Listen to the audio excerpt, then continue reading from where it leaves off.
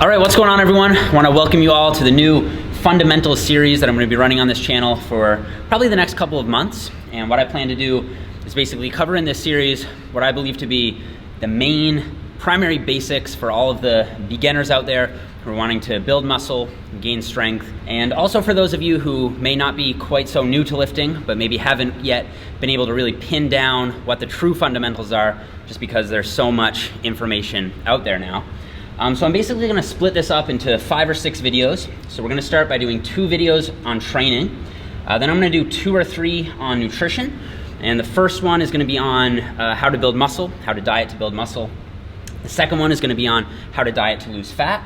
And then we'll probably do a third one just on how to diet for health in general. And then we're going to do a final video, 1 video on supplementation. But for this video, we're actually going to be covering just part 1 of the training aspect of this. And that's going to focus mostly on training theory. And I think that that's really important to understand the basic theoretical concepts before you can apply them in the gym and basically build for yourself a solid training routine. And that's what we're going to cover in part 2. Before we get going, I also want to quickly plug Eric Helms' Training Pyramid series here on YouTube. This is a fantastic video series that I've used a lot myself, and I've drawn a lot of inspiration for this series from. So if you guys haven't seen it, I'll have it linked in the description box below. And he does a fantastic job of laying out all the scientific literature to do with building muscle and gaining strength.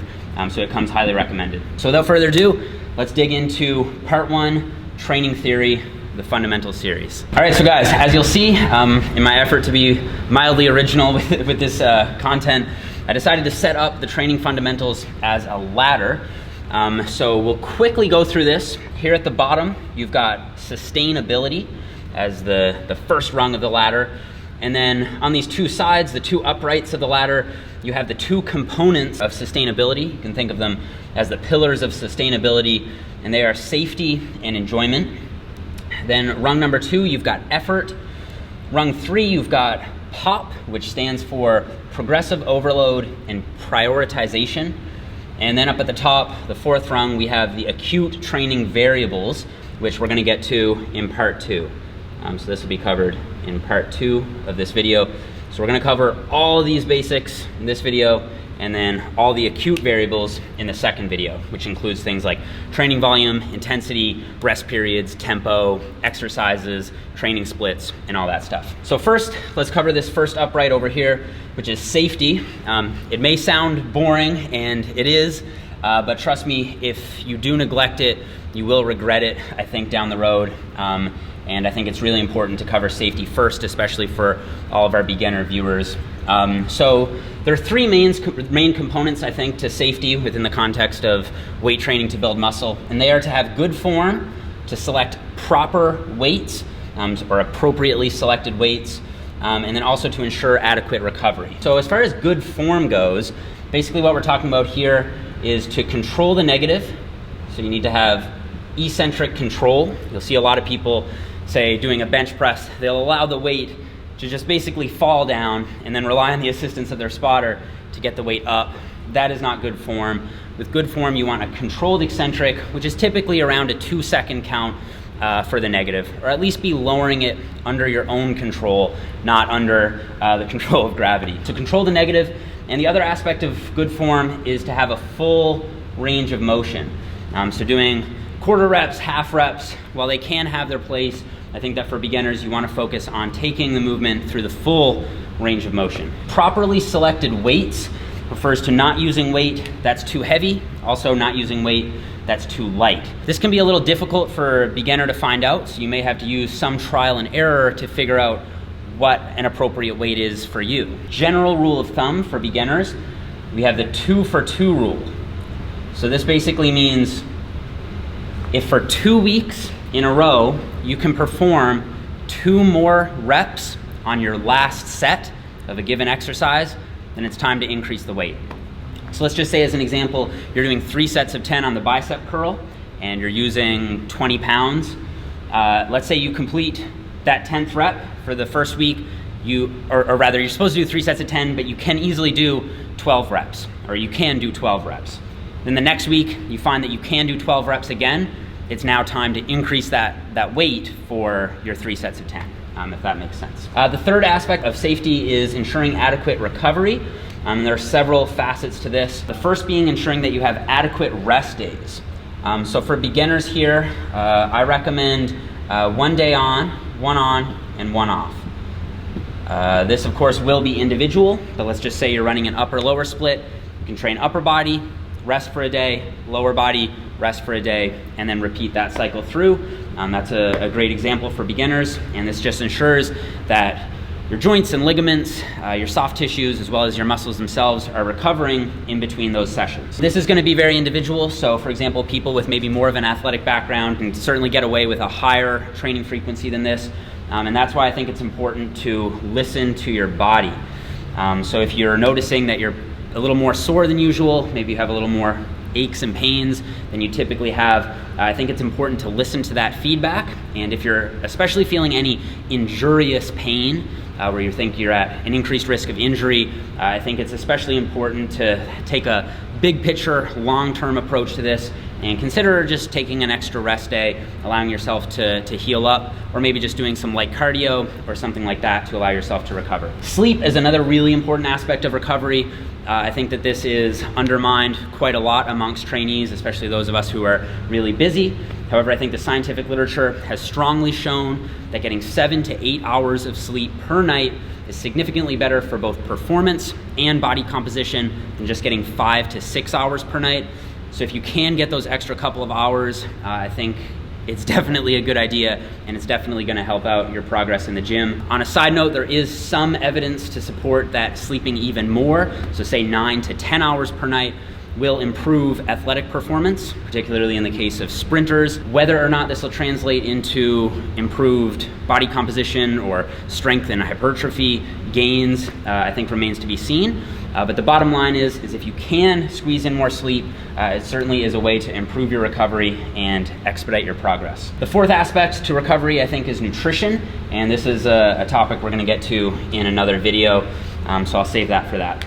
So this is the first pillar. We've got safety, and now we're gonna get into enjoyment. All right, so guys, the second pillar of sustainability, we have enjoyment. And the reason why I bring up enjoyability of training so early on here is because it's been my experience that people who enjoy their training tend to stick to their programs better, so they tend to be more adherent.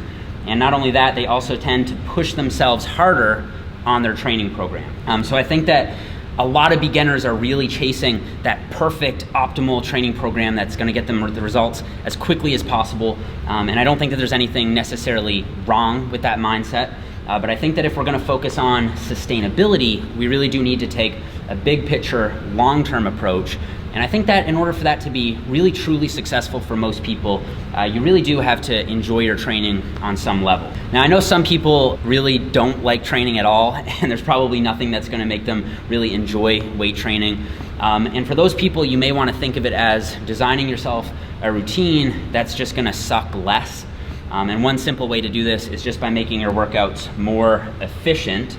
So basically, you wanna focus on minimizing, say, the number of exercises that you can do. So one simple way to do that would be by focusing on doing compound exercises, squats, bench press, presses, deadlifts, movements that are gonna involve a lot of muscle mass and basically optimize your time investment or minimize your time investment in the gym, rather than doing a ton of isolation exercises where you have to do so many different movements that your workout takes a lot longer.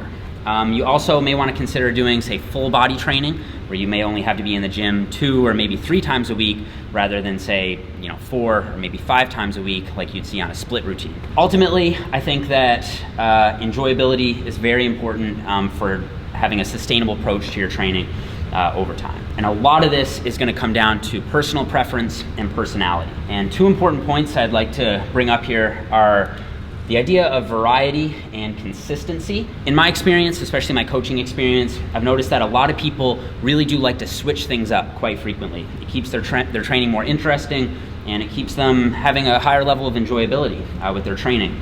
And I think that that's okay. On the other hand, you have other people who really like to have a more regimented training plan where the exercises and the sets and the reps are more or less the same week to week, and they can just clearly track their progress increase, the weight on the bar week to week, and that's very motivating for them, and they enjoy that approach. In practice, I think most people will probably benefit from some kind of blend of this approach, where you have some flexible components to your training program. Maybe there are certain exercises you switch in and out week to week, but you also have some level of consistency where you have those main core movements that are staying the same week to week, so you can clearly track your progress.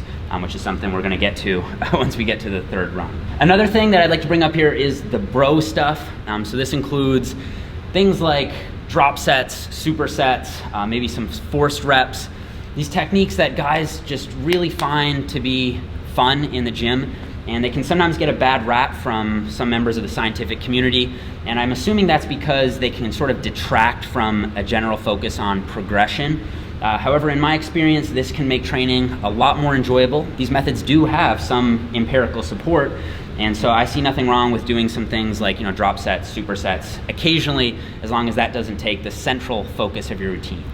Basically, in my experience, this is a way to make your training a little bit more enjoyable. And then a final point here is I'd like to distinguish between optimal and practical. I just alluded to this a little bit earlier, but basically I find a lot of beginners are really looking for that most optimal routine, whereas I think that in practice you should be looking for a practical routine that's going to allow for sustainability over the long term. And if you can do that and keep the rest of the ladder in mind, then you're going to see a lot of progress, even if it may not be the single most optimal thing in theory. Okay, so that's gonna wrap up sustainability. We've covered safety and enjoyment. So once you have a routine set up that is gonna be sustainable, now it's time to apply effort. So that's what we're gonna get into next. Okay, so guys, the next rung of the ladder is effort.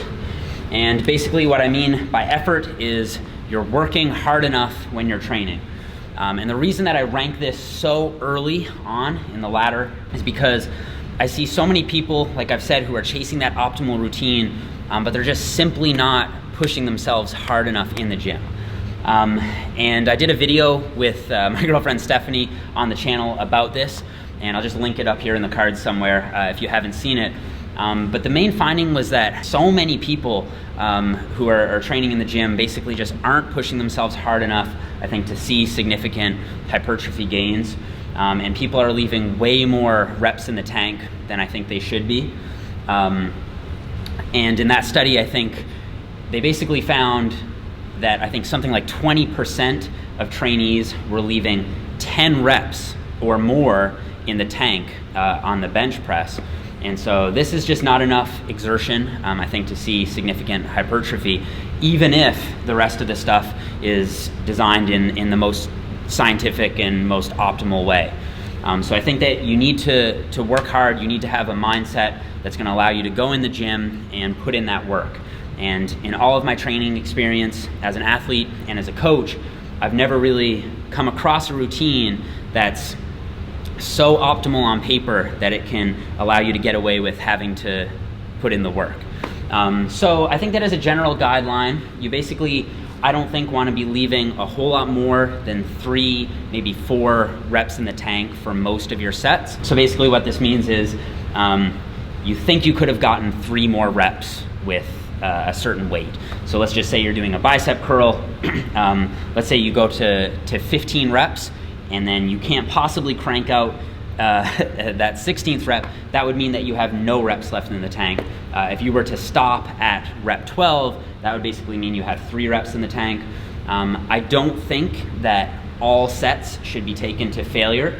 I think that failure training should be reserved for specific circumstances, and those circumstances are here. So I think that training to failure, meaning you can't get another rep even if you tried, should be saved for basically your last set of the last exercise for a given body part. So let's say you're doing chest training and you've got the flat bench press and let's say the incline dumbbell fly to do. You wouldn't take any of the bench press sets to failure. You would probably leave at least 2, maybe 3 reps in the tank. And then once you get to the dumbbell fly, you would leave reps in the tank until your final set, and then you would take that one to failure. And this actually doesn't need to happen. I see this actually probably more so as an intermediate technique. You could always be leaving a few reps in the tank, but as long as you're getting within that certain threshold close to failure, which isn't clearly defined, but it's probably somewhere around 3 reps left in the tank, then I think you're pushing yourself sufficiently hard. I think that failure sets should be saved for isolation work. So basically heavy compound movements, things like squats, overhead presses, bench presses, deadlifts. You shouldn't really be training to failure where you couldn't get another rep on those. I think you should save it for isolation movements. So these are single joint movements, things like bicep curls, tricep extensions, lateral raises, things like that. And especially machine exercises, things where you don't run the same risk of injury if you were to actually fail. And then if you are doing compound exercises and approaching failure, I think it's important to have a spotter just in general, and this ties in, of course, with the whole safety pillar of the ladder. This is basically the second rung here. You have to apply that effort in an appropriate way. That, again, doesn't mean that all sets have to be taken to failure and you always have to go balls to the wall. But in my experience, a lot of people, including a lot of beginners, once they have, their form mastered and they've set themselves up on a sort of routine that is enjoyable, or at least they have enjoyment of the routine in mind so that they can sustain their program over time, I think now it's a time to get that mindset locked in where you're going to be willing to apply that effort once you get your routine set up and in place. All right, so now we're ready to apply effort. It's time to move on to POP, which stands for Progressive Overload and Prioritization. So we're gonna get into that next. Okay, so guys, on the next rung, we've got POP. This stands for Progressive Overload and Prioritization. So progressive overload basically means that you're doing more over time. Typically, this will come in the form of doing more weight or more reps, and this is the way people usually think of progressive overload.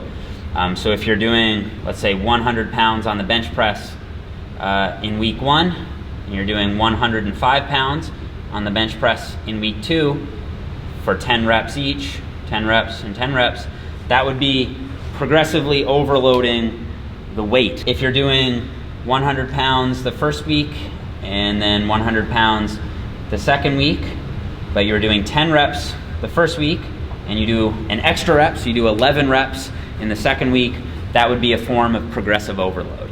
And I think that this really is what's driving progress in training. If there's no progressive overload in place, you're probably not gonna see much hypertrophy, or you're certainly not going to optimize your progress. And this is I think what's mostly wrong with the whole muscle confusion concept, where you have people changing things up so frequently that they lose sight of any kind of progressive overload. Now, I will say this isn't the only way to progressively overload with weight and reps. You can also overload in actually a bunch of other creative ways, and I've linked a good article on this in the description box below if you'd like to read it.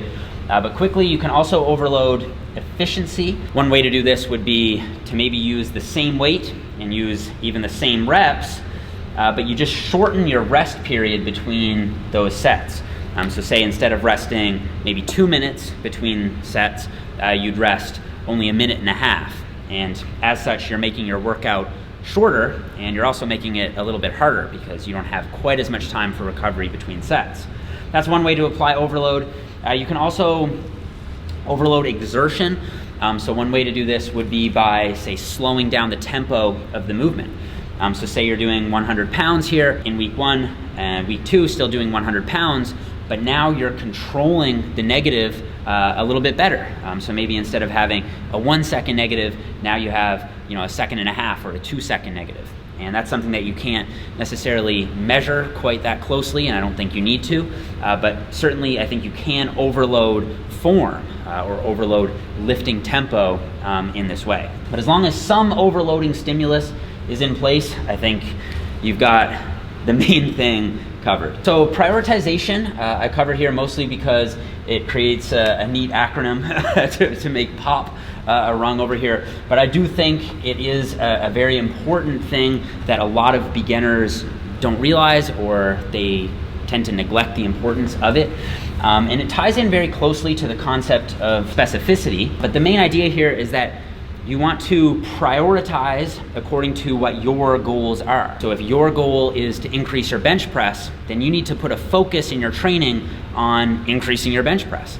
It sounds very commonsensical, but you'd be surprised at how many people run just generic bodybuilding routines, but then they may talk to me and say that they really just want to improve their bench, or they want to improve the size of their arms. And so depending on what your goal is really going to dictate what it is that you do up here. And I think that in order to really hone in on those goals, you just have to get very specific. Now, in practice, one way to do this, I think, is by prioritizing what it is you're trying to develop. And so the simplest way to do that is by training it early or first in the training session. Let's just say you have a lagging chest. On your upper body days, it might be a good idea to train your chest first, because we have a lot of research showing that you're stronger earlier in the workout. So that's one way to prioritize. You can also prioritize by training that thing that's most important for you to develop early in the training week. So maybe after a weekend, say you've had that chance to recover. If your chest is your weak point, hit your chest earlier in the week after a rest day.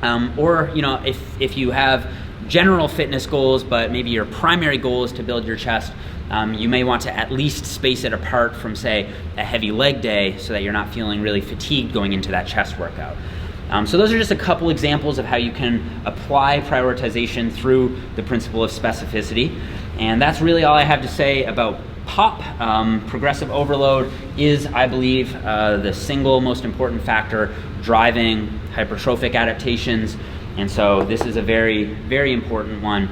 And once that's in place, now we can start talking about things like training volume, training intensity, training frequency, exercises, lifting tempo, rest periods, training splits, and all that good stuff. So we're gonna cover that in part 2 of the fundamental series, but that's gonna be a wrap for this one, guys. So I just wanna thank you for watching. It's a little bit more of a different style of a video for me, a little bit less scripted, a little bit less edited, but I hope you guys really like the series. You can let me know what you think in the comments below. If you have any questions, I'll do my best to be active down there in the comments. Like the video if you liked it, subscribe to the channel if you're new, and I will see you guys all here in part 2.